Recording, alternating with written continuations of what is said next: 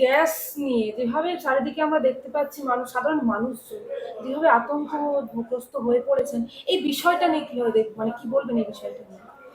দেখুন, মমতা ব্যানার্জির অনেকগুলো মিথ্যের মধ্যে এটা আরো একটা মিথ্যে, বরং বলতে চাই এটা উৎকৃষ্ট কড়া পাকের মিথ্যে।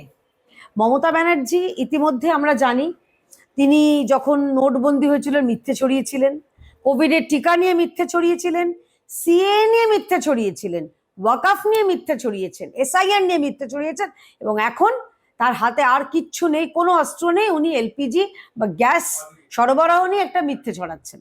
প্রথম কথা, এই মুহূর্তে গ্যাসের কোনো আকাল নেই। সারা দেশে গতকাল কেন্দ্রীয় সরকারের তরফে স্পষ্ট জানিয়ে দেওয়া হয়েছে যে যেগুলো ডোমেস্টিক সিলিন্ডার অর্থাৎ বাড়িতে ব্যবহারকারী যে গ্যাসগুলো, সেটা স্বাভাবিক নিয়মে যেরকম বুকিংয়ের 2.5 দিন বাদে 2 থেকে 2.5 দিনের মধ্যে আসে, ঠিক তেমনই আসবে।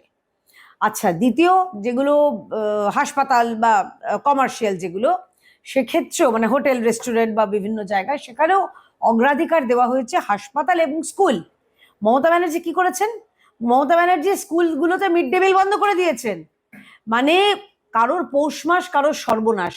এই যে মানুষ একটা চিন্তায় আছে, ভয় পাচ্ছে, এই সর্বনাশ তারা ভাবছে হচ্ছে মমতা ব্যানার্জির পৌষ মাস। উনি মিড ডে মিলটা বন্ধ করে সে টাকাটা মারার ফিকির করছেন, ভাবতে পারছেন? বাচ্চা বাচ্চা ছেলে মেয়েগুলোর মুখের গ্রাস কেড়ে নিচ্ছেন উনি রাজনৈতিক ফায়দা তুলতে। এর থেকে ঘৃণ্য কিছু হতে পারে? সেখানেও একদম স্পষ্টভাবে জানানো হয়েছে যে হাসপাতাল, স্কুলে কোনো রকম সরবরাহ বন্ধ হবে না।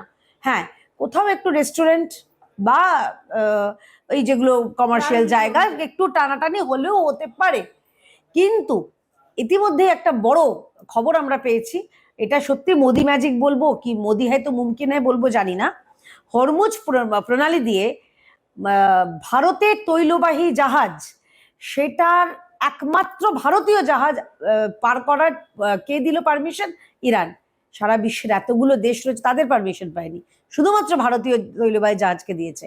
তো যারা প্রশ্ন করছিলেন আমাদের রাজ্যের ভেতরে বা সংসদের ভেতরেও, তাদের জন্য এটা একটা সপাটে বিরাশি শিক্ষার থাপ্পড়। মানে সত্যি মোদি ম্যাজিক, মোদিজির কূটনীতি জয়, ভারতের জয়। ভারতের যে এখন যে আমাদের কি বলবো, ভারতবর্ষকে লোকে একটা সমীহের চোখে দেখে, এটা হয়েছে শুধুমাত্র নরেন্দ্র মোদীর নেতৃত্বাধীন সরকারের জন্য।